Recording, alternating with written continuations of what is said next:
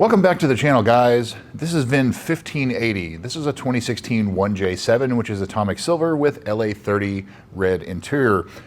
It's first was spotted on Facebook Marketplace and the Lexus for sale groups, but it looks like it is for sale at Longo Lexus in El Monte, California. 55,000 miles for, you ready for this? $66,000.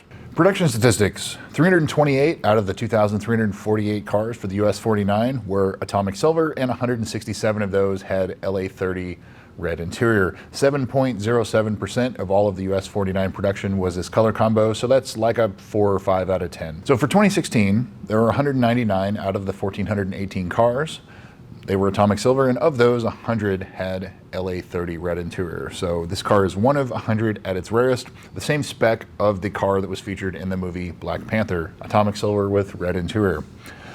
As far as options go, this car has the G4 lighted door sills. It has the body side moldings, which no longer appear to be on it. However, in previous for sale photos, you can see right here, that's what they look like. A lot of people don't like them, but it does protect against door dings and things like that. And it does have the Mark Levinson, otherwise pretty standard options that you get, trunk mat, things like that. Carfax, Epic VIN, and auto check. So Carfax, the 2026 Carfax shows this as a 2-owner, no accident, Southern California car. The 2024 Carfax also shows this 2-owner, no accident, Southern California clean title car. So everything jives there. Epic VIN shows us as a 1-owner, no accident car. It's definitely a 2-owner, so not correct there.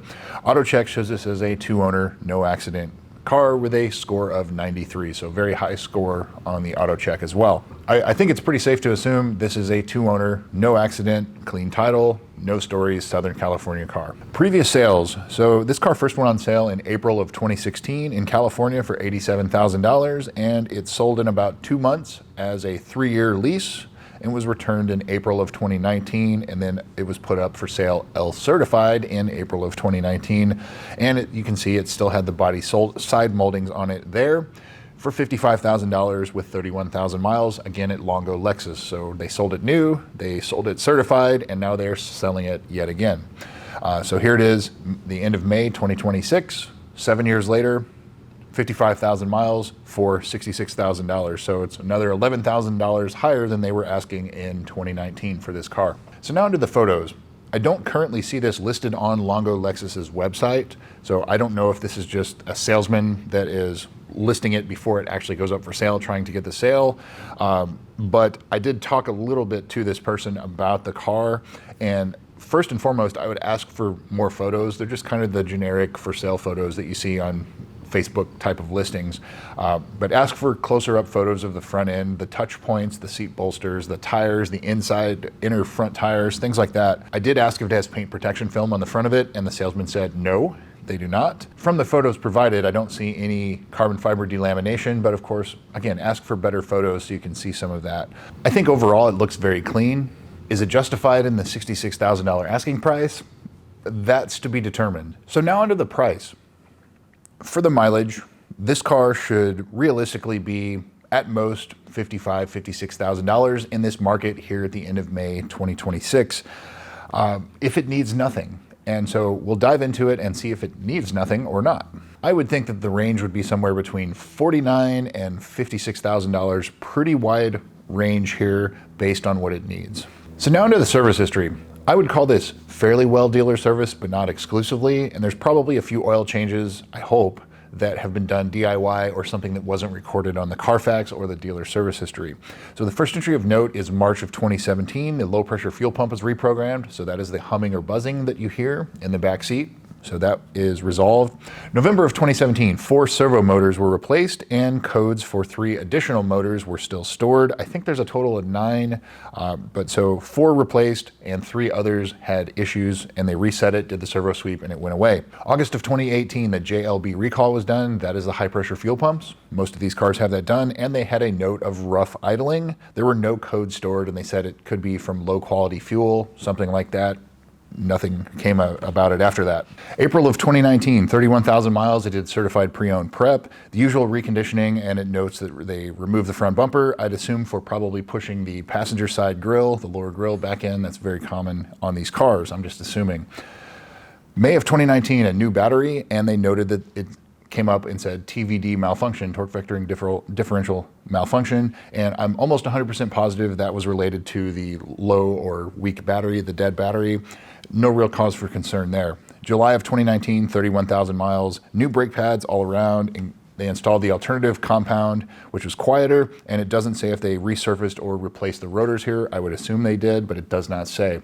July 2021, 37,000 miles. It notes inner tire wear on the front wheels. What do we know about that? Front lower control arm bushings probably need to be replaced on this car. And then it was also in the second time for HVAC servos, and they did the servo sweep yet again and replaced one more servo. So this car now has 5 of the 9 replaced here in 2021. September of 2024, coolant flush, spark plugs, and they checked the drive belt, see if it needed to be replaced, and at that time they said it was fine. And so that was not quite 2 years ago.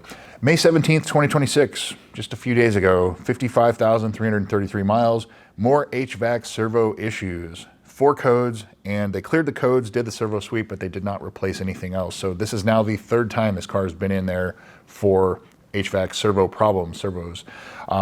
So I would assume going forward, you're probably going to have a few more of those, and it's probably the ones where the dash has to come out, so it's probably the expensive ones. May 21st, 2026, pre-owned inspection, smog check, paintless dent repair, paint touch-ups, and wheel repair. So basically like the typical stuff you'd see in preparing for a used car for sale at a Lexus dealer. It's not certified pre-owned because it's too old. So what's not done? The ZLZ, the sticky, delaminating, deformed dash, that has not been done on this car. The in-service date on this car was June 4th of 2016, so you have until June 4th of 2026. So you're running out of time if this dash needs to be replaced, and it'll get covered free of charge. I don't see where the KLG has been done, so that's the GPS location reporting incorrectly. It used to be free, now it's not, but there is a fix for it.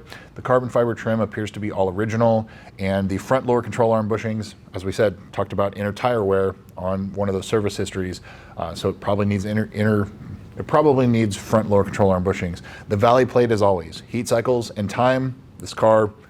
This orange car, it was replaced at about 50,000 miles in 2024, and my blue car, 150,000-ish in 2026. So you'd probably expect the valley plate to be leaking on this car. If it isn't currently, it will be soon. The note about the drive belt 2 years ago, wanted to check it, but they didn't replace it. This drive belt is almost 10 years old. I would probably replace the drive belt. I would do the fluids like the torque vectoring differential, the transmission service. There's no record of any of that.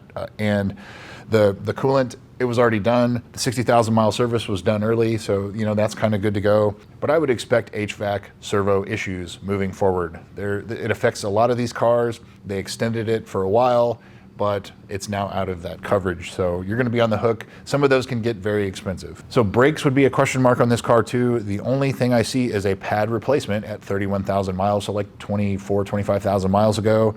So if they haven't been replaced, expect to do pads, rotors all around, unless they've been done elsewhere, like a Brakes Plus or DIY, something like that. Tires, there's no mention of those, but it doesn't have the original Michelin Pilot Super Sports. It has Continentals, so at least the tires, they've been replaced at least once. You just don't know when. Probably around 30,000 miles, and in that case, they're probably due for replacement again. You've heard me talk about these cars always need brakes and tires. This car probably needs brakes and tires. So that brings me to, would I buy this car? Pending a pre-purchase inspection, so a valley plate and brakes, tires, things like that if it doesn't need it, and you'd have to get it cheaper. So $66,000, even in this market where things are trending up, I think this car is still priced too high. Mid-50s would be probably top dollar for me if it needed nothing else. Now, if it needed brakes, tires, valley plate, etc., further HVAC servo issues, then the price just keeps going down until it meets where it needs to be. So that's where I'd be, but VIN 1580. Thanks again for watching, guys. We'll see you soon.